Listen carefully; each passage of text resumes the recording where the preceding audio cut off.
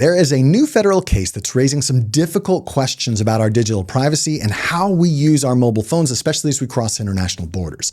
Check this out. An American citizen in Atlanta now being charged with obstruction of justice after investigators say he gave law enforcement what's called a duress password, which essentially wiped his phone of data when investigators were trying to get some information from it. They were looking for evidence of child exploitation. Investigators say he gave them a duress password that then wiped the phone clear. My name's Josh. This is All Things Secured. And if you want a weekly digest of what's happening in the world of privacy and security that relates to you, that matters to you, then make sure you join our newsletter. Go to allthingssecure.com/newsletter and you'll get that on every Friday morning. Okay, so this happened at the Atlanta International Airport. The guy's name was Samuel Tunick, and he was crossing over when he was asked to give over the passcode for his phone.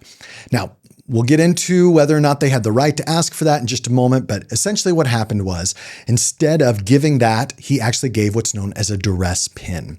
He was using Graphene OS. Now, if you haven't heard, I've talked about Graphene OS on this channel before. You've got Apple's iOS for most phones. You've got Android from Google, and then Graphene OS is open source. It's free. You can upload it to a Pixel device, and it comes with a lot of different privacy features, including this Duress PIN. So when you set up that Duress PIN, and there are a lot of legitimate use cases for a Duress PIN, if you are being forced to hand over your phone to somebody that you don't trust or you don't like, let's say it's a spouse that is being abusive or a thief, somebody like that, you can put in this Duress PIN and it will completely erase your device. That is basically what happened here. He gave them a Duress PIN, his device was completely erased, and now he is being indicted in federal court because they're saying he tampered with evidence. And I can kind of see both sides here, but we're dealing with a case of privacy. And there are three questions that I think this really raises. First, does the government have the lawful authority to ask you to unlock your phone? And I don't think there's a simple black and white yes or no answer to this. Second, is a Duress passcode a good privacy feature? And third, maybe most important, what can we learn from this? First, let's start with the law. And I want to start by saying I'm not a lawyer, so there's a lot of this that I don't understand. I've tried my best to just read and really compile all the information that's currently available. And there's one thing that I've recognized, and that's the fact that this was an international border. So we're involving the U.S. Customs and Border Protection, which is the CBP, and they have pretty broad authority to inspect people and property, anything that is entering our country. And the CBP explicitly states that that authority extends to digital devices, and it is for U.S. citizens and non-U.S. citizens alike. The biggest difference is that for a U.S. citizen, if you fail to comply to their request to give you their PIN code, they can take the device, but they can't deny you entry into the country that you legally are allowed to reside in. Whereas for somebody who is a non-citizen, if you come in and you deny their request to give over a PIN, they can say, great, you can turn around and leave the country now. So they have that authority. And I think that's fine. That is what it is. The question is, as a U.S. citizen, what rights do we have? Do we have to give over this PIN code whenever we're asked for it by the police or the Border Patrol? And I'm not going to be able to give you a clear answer, yes or no, because everybody's going to have to come to their own conclusion here. From what I understand, that's like somebody coming to our front door and saying, let us in. If it is police or anybody else, you have the right to say, what warrant? What is the lawful reason that you have to come and enter into my house? And I think the same thing could potentially be applied to our phone. You have to give me a lawful reason why you are asking to come in. And without that, I don't have to give you the PIN code. You can take the device, and we found out that, from previous situations like this, that it is very difficult for law enforcement to get into devices, or at least it's very expensive for them to use software that allows them to get into devices that are locked. But they shouldn't be able to just get in there. We should have the privacy, I believe, on our device. When you're dealing with international, that might be a little bit of a different story. Although, again, we've got to just be very careful about what we're taking across international borders. I'll get to that in a second. The second question has to do with whether or not a Duress PIN is a great feature. And Graphene OS, that's again the operating system that was running on the phone when this happened. They've defended the right to have a duress password. And there have been a lot of critics who've come back and said, why do you make it so obvious that this duress password has been implemented? Why not just bring them to a fake login or something that shows just an empty phone?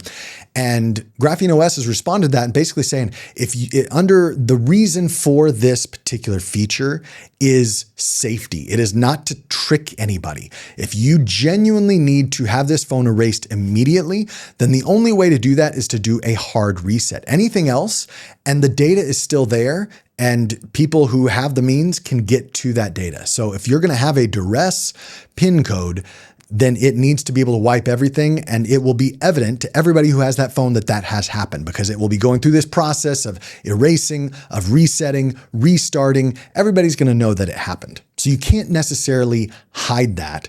Nor would you want to. I don't think that that's the point here.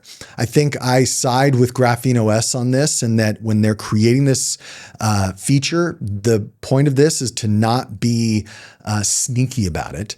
It is a protection for me, the owner of the phone. And so I don't want there to be some kind of sneakiness all about it. I want it to be very clear. This is what I have done because I own this phone, or I own the data on this phone, and I've decided to erase it.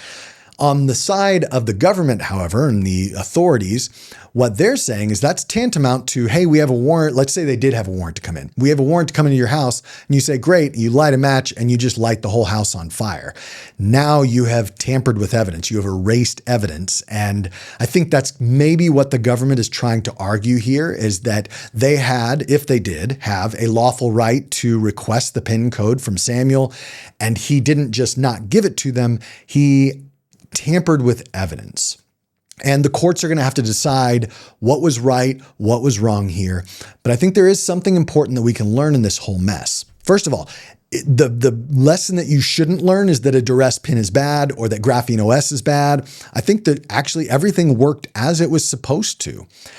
What we really need to learn, and Samuel Tunick's biggest issue, was that when you are crossing a border, that is a time when your data and your devices are most vulnerable.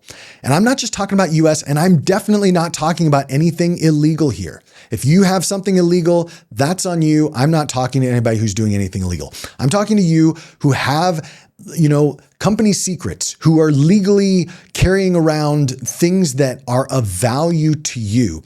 The time when when that data is most vulnerable is when you are crossing a border, because every country retains the same right that the US Customs and Border Protection does. And that is, they have the right to look through your luggage. They have the right to inspect your devices. And if you are not a citizen of that country, they can deny you entry into the country if you do not follow all of their demands. So I think it is really important to understand that anytime you are crossing a border, you need to be very careful about what you have on your devices, what devices you're even bringing, and how you are bringing them across. It might be different when you're moving domestically, but when you are traveling internationally, you are crossing borders and going across a border patrol, you need to understand that you have lost a lot of rights, and that you need to be very careful. In Samuel's case, let's assume for a moment that he was doing nothing illegal, that he is just an activist, and that he just did not want to be, I don't know, he didn't want to be caught with something that he had in his possession. But let's say it was still legal. In that case, he should not have come across with that stuff on his phone to begin with. There are so many different ways that you can protect that in the cloud or on another device if you wanted to, but you should not be crossing an international border with a device that could easily be confiscated and where you could be asked to unlock it if you are not completely comfortable handing all of that stuff over, because chances are it will happen at some point. And so that's what I want us to take away from this more than anything else. There is going to be some interesting precedent that's set here about what our law enforcement can ask of us, and about duress, PIN codes. So I'm going to be interested to follow along with this. And you should follow me here on YouTube if you want to keep hearing this type of news. But I think the most important thing we can take away right now is that the time to decide what information you're willing to expose in an international border is before you arrive at the international border. So what do you think? Leave a comment below, and you can watch my last React video about Apple and how they're using AI to change passwords, which I think is really interesting. Or you can join the newsletter that we have, where I will give you weekly digest of what's happening in the world of privacy and security that is relevant to you and to me. Take care.